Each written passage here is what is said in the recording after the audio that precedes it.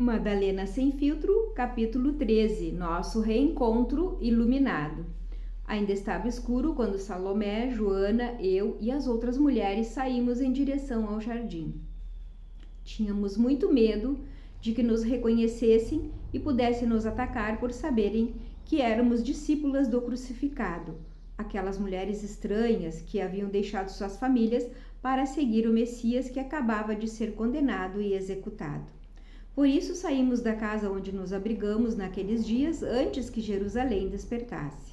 O mestre havia sido bastante claro em seus ensinamentos, e meu coração me dizia que era para acreditar. Ao terceiro dia, eu mesma dizia, murmurando sozinha.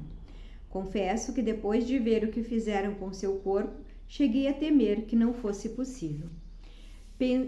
Passei o sábado inteiro em lágrimas, pensando que jamais voltaria a vê-lo, mas sempre que esse pensamento negativo me vinha à cabeça, eu logo pensava no mestre como um espírito. Lembrava-me de suas explicações sobre as roupas que vestimos e a possibilidade de trocá-las. Aquele pensamento me deixava mais tranquila. Sabia que ele poderia voltar em qualquer outro corpo, bastava que o desejasse. Assim mesmo, assustei-me quando cheguei com as outras mulheres ao jardim do túmulo e vi que a pedra que o tampava havia sido movida. Elas estavam com medo e ficaram um pouco recuadas. Quando entrei, sozinha, não vi o corpo do mestre. Meu coração disparou e comecei a chorar. O lençol que usamos para protegê-lo estava num canto. Vi ali também o sudário dobrado, como se alguém o tivesse retirado cuidadosamente do rosto de Jesus. Será que o mestre se preocuparia com esse detalhe? Ou foi ironia de quem roubou o seu corpo? Eram meus pensamentos atordoados. Estava numa confusão mental tamanha que nem sequer me assustei quando vi os anjos em suas vestes reluzentes. Aquilo, sim, era como eu havia sonhado, emanações de luz enviadas pelo Senhor. Mulher, por que você chora? Eles perguntaram. Era óbvio que eu choraria ao encontrar aquele túmulo vazio. Roubaram o corpo de Jesus e não sei para onde levaram. Respondi algo assim aos dois anjos e logo fui tomada de espanto. Os anjos desapareceram e um jardineiro veio falar comigo. Por que você chora? Quem está procurando?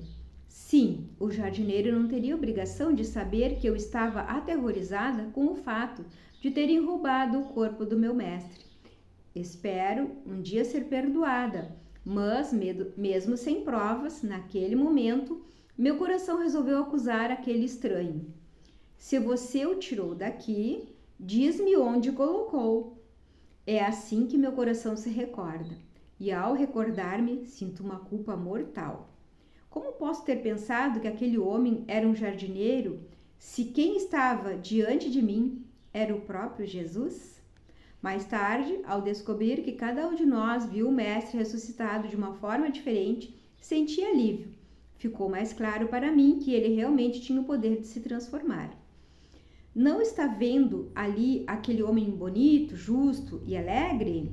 A visão de João, pelo que disseram, que nosso irmão relatou, foi completamente diferente da visão que teve o irmão Tiago. As palavras são ainda do irmão João. Ele apareceu a mim como um homem calvo e com uma barba grande e grossa, mas apareceu a Tiago como um jovem que tinha a barba fina, apenas começando a crescer. Pelos muitos depoimentos que ouvimos, ficou perfeitamente claro que nosso mestre vestiu muitas roupas diferentes depois de sua ressurreição. Algumas vezes apareceu a João como um homem pequeno e sem muita beleza. E depois de tudo o que testemunhou, nosso irmão chegou a uma conclusão que, agora, tanto tempo depois, me parece perfeitamente acertada. Às vezes, quando quis tocá-lo, encontrei um corpo sólido e material, João disse.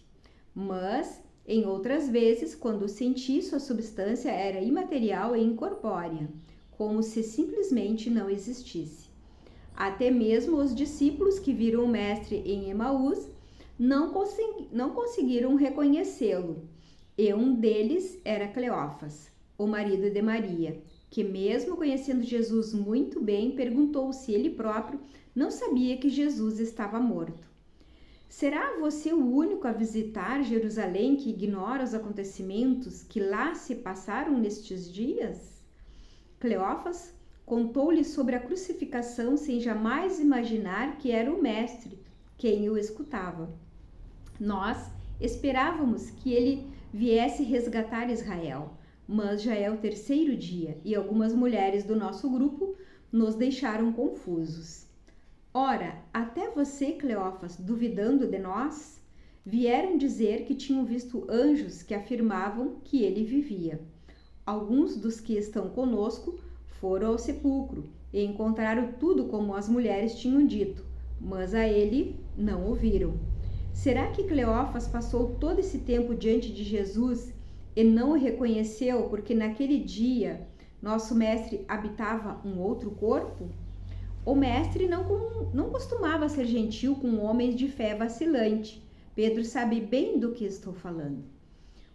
Ó homens sem inteligências e lentos no coração para crer em tudo quanto os profetas anunciaram. Não tinha o Cristo de sofrer essas coisas para entrar na sua glória? Chego a rir, peço perdão, Senhor, mas o mestre foi muito espirituoso e depois, quando aceitou o convite para jantar e partiu o pão dizendo a bênção como sempre dizia, finalmente eles conseguiram vê-lo. Mas veja, nosso mestre quis apenas demonstrar a Cleófas e aos outros homens que havia ressuscitado, pois é certo que não permaneceu muito tempo àquela mesa. Lucas, evangelista, também reparou que Jesus mudava de forma e até desaparecia. Disse que ele tornou-se invisível à vista deles. Sei que muita gente poderá se incomodar ao perceber que de fato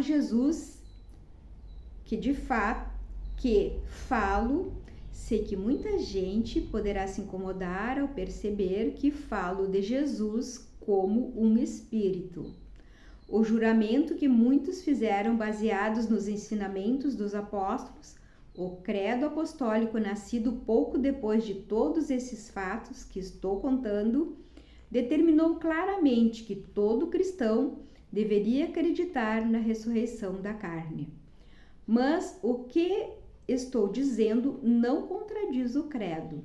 Eu, Madalena, atesto que vi o corpo de Jesus ressuscitado. Não posso ser mais clara do que isso. Acredito no que os meus olhos viram. Mais do que isso, dou o meu testemunho. O que mais querem? No entanto, não vou esconder de ninguém que também ouvimos em espírito, e que isso está nos documentos mais importantes, nas escrituras gnósticas e até mesmo nos evangelhos de católicos, protestantes, evangélicos, neopentecostais e ortodoxos. Consideram as fontes mais importantes para a verdade. Depois daquele jantar em que o mestre revelou a eles e tornou-se invisível, quando Cleófas foi contar aqueles acontecimentos extraordinários para os 11 apóstolos homens, Jesus mais uma vez surgiu de uma forma iluminada, como corpo humano. Como corpo humano nenhum seria capaz de fazer. Sem que ninguém o visse caminhar, o mestre apareceu de pé no meio deles. Espantados e com muito medo, julgavam ver um espírito. Foi a maneira como Lucas evangelista descreveu aquele momento. Afinal, se não fosse assim, se o mestre não fosse capaz de trocar suas roupas terrenas, como seria possível que eu o confundisse com o jardineiro? Entendo a confusão na cabeça de Cleófas e dos 11 apóstolos homens. Eu mesma, só depois de algum tempo, percebi que o jardineiro era Jesus. E ele disse meu nome, Maria. Respondi chorando e sorrindo ao mesmo tempo. Meu mestre! Quando caminhei depressa em sua direção, ele demonstrou que não queria que me aproximasse. Mais do que isso, não me toque, ainda não acendi para meu pai. Lembro-me agora de palavras que não ouvi diretamente, mas que foram ditas pelo mestre um pouco mais tarde. Ao menos disseram que foi assim. Eu me aproximei de uma habitação corpórea, expulsei aquele que estava ali dentro antes e entrei. Se foi o próprio mestre quem disse isso, então ele confirmou que era mesmo capaz de encarnar em qualquer corpo. Mas quando fui avisar os outros apóstolos, e quando todos enfim o encontraram, nosso mestre já estava outra vez habitando o corpo com o qual estávamos acostumados a vê-lo. Era mesmo o corpo perfurado pelos pregos romanos, ferido pelos espinhos e pela lança do centurião. Precisou mostrar suas chagas para que o reconhecesse.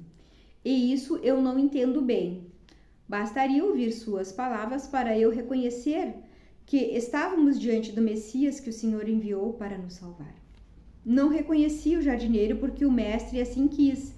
Entendo menos ainda o gêmeo Tomé.